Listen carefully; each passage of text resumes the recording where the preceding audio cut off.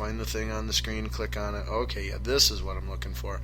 There we've got average, who's the top 20 in average drive distance, and who's the top in driving accuracy, and who's the top in greens in regulation, and who's the tops in putting, and who's the tops in scramble percentage. And yes, now I can get a good idea of where all the different specific elements of individual players' games are at right now.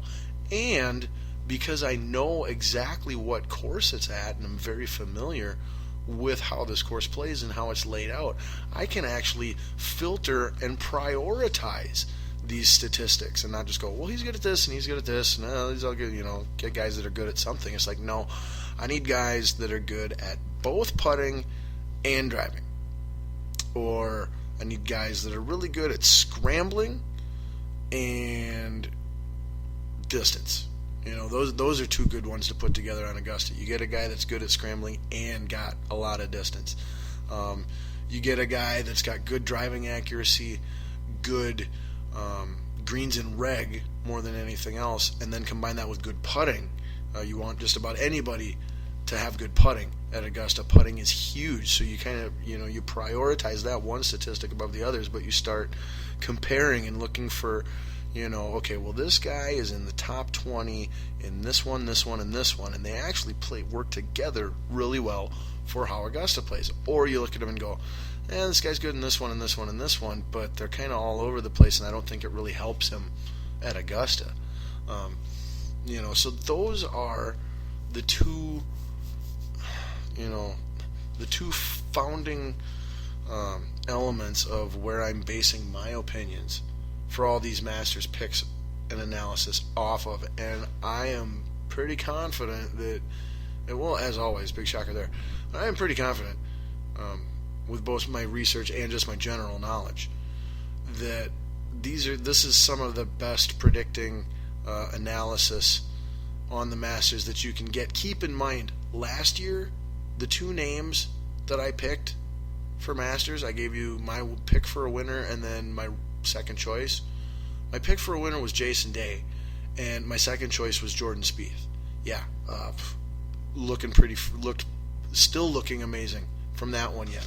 And I see no reason for this year's predictions to be any different. So let's get to it and actually start breaking out some names. And we will start with the big names, and I'll try to do them in order, for the most part, of who I think is gonna, what order my favorites are.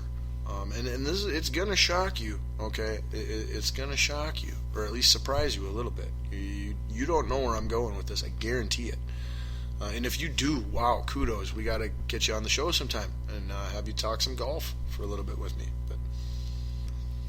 But the main thing to remember through all of this is that any name I mention and discuss has a chance to be competitive and or win this tournament unless I specify otherwise when talking about them. And thus, flip side, you should also take that as anybody's name that you're thinking of or you're wondering about or know of or have questions on that I don't mention or talk about. They have 0% chance to actually win the tournament, and 20% chance to have a respectable semi-competitive showing in it. So I'm probably doing this in the wrong order, from normal sports talk purposes, but I'm starting with my big fish. And like I said, this is if I could only pick one person out of the entire field who I think is going to win the tournament, this is my number one pick this year. That honor and possible kiss of death befalls one Adam Scott. That's right, Adam Scott, that guy that you didn't know if he was good anymore and you kind of sort of remember.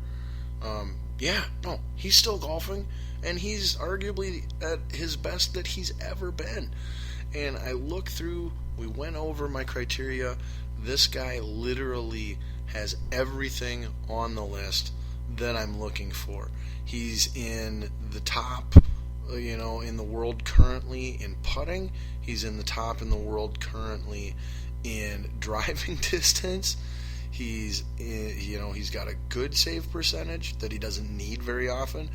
Very good greens and regulation percentage, and a decent driving accuracy. His driving accuracy is literally the only thing that will keep Adam Scott from winning this tournament. It's the one asterisk. As long as he can find those fairways, Adam Scott's going to win this freaking tournament. I'm telling you right now. He's a past winner at Augusta. I mean, champion, let alone top 10 finishes to go along with that. He's got every ingredient that I talked about in the show. And that is why he, not number one in the world Jason Day or Rory McIlroy or defending champion Jordan Spieth, the three big names, or biggest, I should say, names in the world of golf right now. And there are lots of big names that we're going to get to that all have a chance to win. But if I could pick any one player in the entire field, my one pick is Adam Scott. And if you happen to be playing in a tournament pick'em type of thing, like I am on several platforms, like I mentioned, he's not even one of the 5 most expensive names if you're going by like a salary basis in tournaments too. So a great value pick there as well. And one little quick note of advice on those: if you're doing a tournament or pick'em thing for the Masters, one strategy that I find very, very helpful, other than always do more than one team if you can, have more than one entry, and make them different, each one.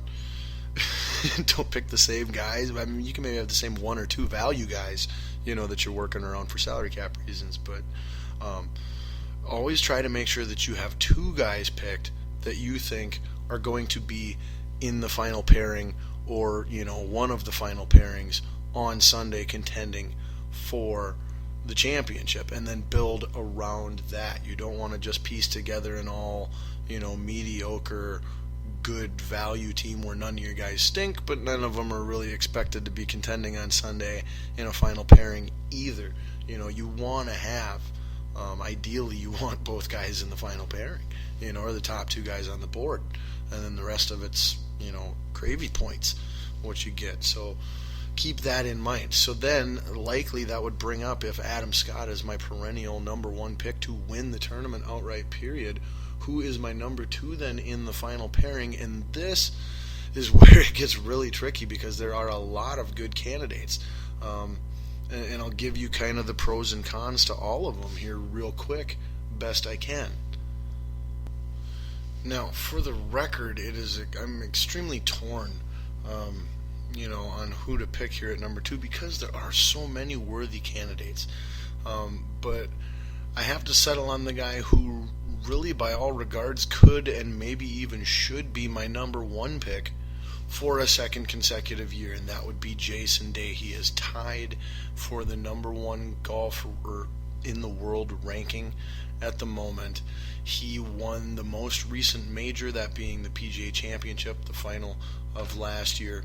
Since then, and even up till then, leading up till then, his game has been absolutely on fire. So far this year, he's playing fantastic. He's, in the top, where is he? He's number 13 here in putting. Well, tied for 12, I should say, here in putting. Right up there. And he's towards the top in driving distance as always as well. His greens and reg is exceptional. His save percentage is really good. His driving accuracy is okay. That would be the one area, again, a little bit like Adam Scott, that may get him into trouble. It gets everybody into trouble at Augusta. But if he can avoid that, wouldn't expect for him to not play good. The only reason that Jason Day is not my number 1 and Adam Scott's my number 2 is because recently, just a few weeks ago or so, Jason Day was talking about injury that he was concerned with, dealing with his back or something along those lines. He continued to play through it, won that tournament, whatever, says it's fine now, but any time a guy's got health concerns with the back or lower body, at any point in time. When it comes to golf, it just, I don't know, it makes me feel a little leery, but that's the only reason he's not my number one. So I do, and I guess the one other thing I should say is that he's never won at Masters before, but you got to win your first one sometime, right? And technically, I didn't say you had to win a Masters tournament before. You just have to have played well there. And Jason Day does have multiple top 10 and top 20 finishes at Augusta already in his young career. So the success at that course is there, just not, the ultimate success yet. So Jason Day is my number 2 pick. And then very closely behind him at number 3 would be one Rory McIlroy. Rory is playing extremely well this year. He seems a lot more focused and serious this year than last year. However, Rory's composure and personality are, somewhat unstable and inconsistent. And that is what holds him back. Now, when it comes to the actual play, his putting stats and driving stats and all that stuff, right up there with Jason Day and any other of the top names on tour. Let's see here. Rory, driving accuracy is good too. Greens and reg is really, really good. Save percentage is okay. Driving accuracy. Where's driving accuracy? Oh yeah, driving accuracy is pretty good. Is okay too. Right around the same as Jason Day's, I want to say. And Adam Scott's, yeah, same as Adam Scott's. So there you go. Same boat. All three of those guys have the same, mediocre stats in common. It's not that they're bad when it comes to drive accuracy or save percentage. They're acceptable numbers, not excelling numbers when it comes to those statistics. And Rory has won a Masters tournament before, so he has that success. I very much expect Rory to be in contention, maybe even win it. But I have to order him somehow. And based off of what I value or devalue, I put Rory at a very, very respectable and champion-worthy number 3 in my Masters favorite rankings. Now, my next pick, coming in at number 4 on my favorites list to win the Masters tournament here, may come as a surprise to you, because as a matter of fact, it comes as a surprise to me. But my 4th favorite to win this year's Masters is none other than Funky Phil Mickelson. That's right, that guy. Yeah, good old lefty. Yes, he's still playing, and he is still playing at an extremely high level. He's actually 5th on the PGA Tour in putting right now at 45 years of age. He's just barely at over 1.7. He's still driving the ball an average of 300 yards. His driving accuracy is same as Rory's. His greens and reg is good. His save percentage is very, very good. And he's playing great golf as of late. All of the season this year seems to be healthy, and this is a course that he has lots of knowledge and success at. And he's at a point in his game and in his life where, he's fairly predictable and fairly consistent. So I very much expect to see his name definitely in the top 20, if not in the top 10. I'm putting Phil definitely finishing in the top 10, barring like a Sunday meltdown or something like that, which I don't see happening at all. And it would not surprise me if Funky Phil wins the whole tournament. He is my 4th favorite. That's right. No, I'm not out of date. This is all current, accurate information. And now, rounding out my top 5 for Masters favorites. This one is tough. This one is really tough because there's about 3 names I could go with here. And these are the next 3. It would be Bubba Watson, Dustin Johnson, and Jason Spieth. The question is, what order are they in? Now, Bubba Watson has won a Masters tournament before. He drives it over 310, but his putting is struggling this year. He is not putting well this year. His greens and reg are fine. His driving accuracy is fine. His save percentage is fine.